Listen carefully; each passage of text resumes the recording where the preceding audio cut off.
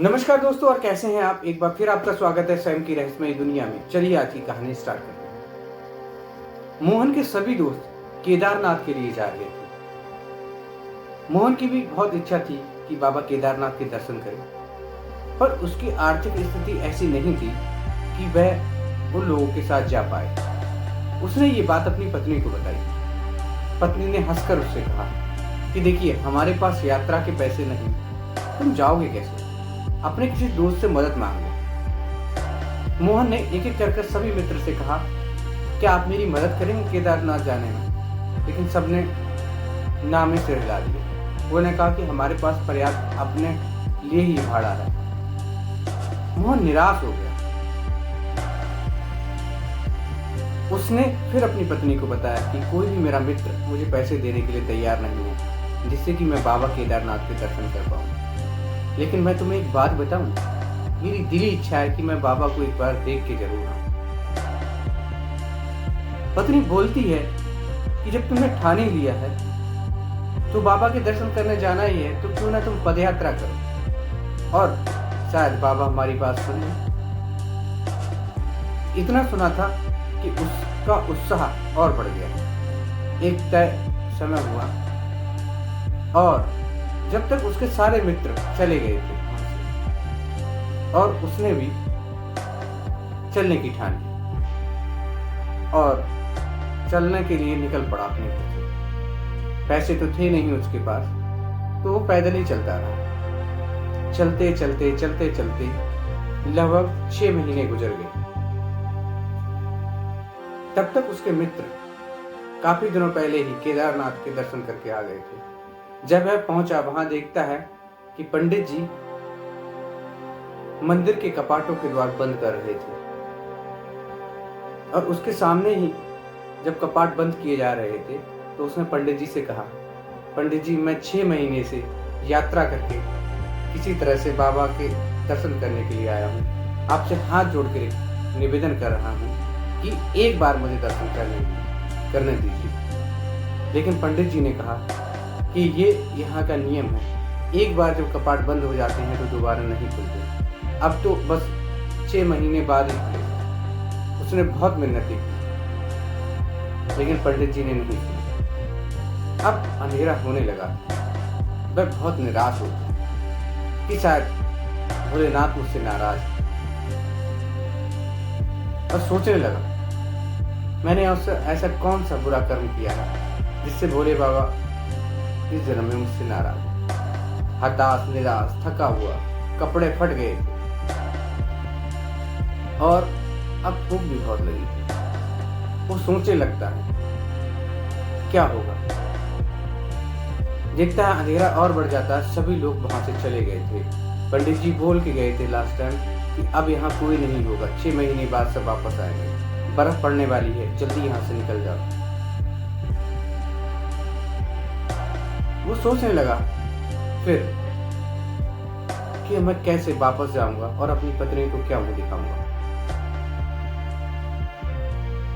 इतना सोच ही रहा था और रोने लगा। उसके आंखों से आंसू आने लगे।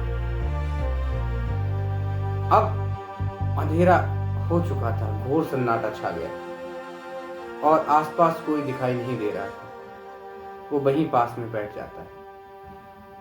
तभी देखता है कि किसी के आने की आहट होती है। जब वह देखता है तो लगातार कोई उसकी तरफ आ रहा था। जब देखता है तो एक साधु, जिनकी जटाएं लंबी, हाथ में कमंडल और मृगशाला पहने हुए, वो उसके पास आते हैं और उससे पूछते हैं, बेटा क्या हुआ, तुम क्यों रो रहे हो? उसने अपनी पूरी बात बता दी कि मैं अपनी पत्नी से वादा करके आया हूँ, इस बार मैं बाबा के दर्शन जरूर करूंगा और मुझे 6 महीने हो गया है।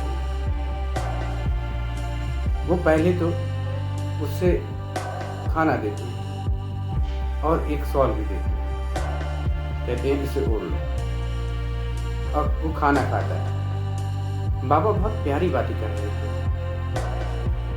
उसके हाल चाल बातों बातों में उसको पता नहीं कब नींद आती।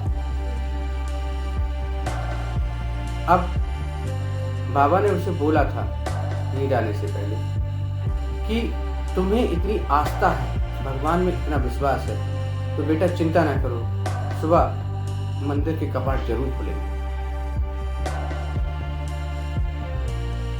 उसने उसे महात्मा जी को बताया कि पंडित जी बोल के गए हैं कि यहाँ का नियम है कि अब 6 महीने के बाद ही कपाट खुलेंगे। वो कहते हैं भगवान में जब तुम्हारी इतनी श्रद्धा है तो मैं तुम्हें आश्वासन देता हूँ कि सुबह जरूर तुम्हारे लिए इस मंदिर के कपाट खुलेंगे। और उनकी बातों में पैर सूख जाता है।